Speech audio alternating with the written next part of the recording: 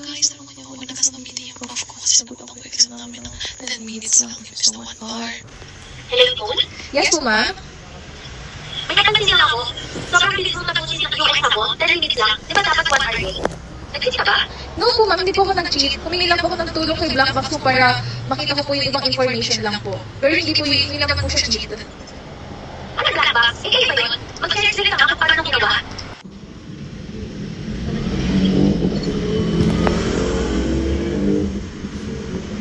Nakikita na po, ma'am. Oo. Okay po. Ito po, ma'am. Pinapipix ko lang po. Yan po.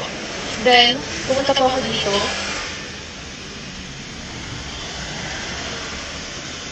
Then, pinix ko lang po dito. Yan po. Magbibigay na po siya ng information about po dun sa exam po. Pero hindi po yung mismong answer po.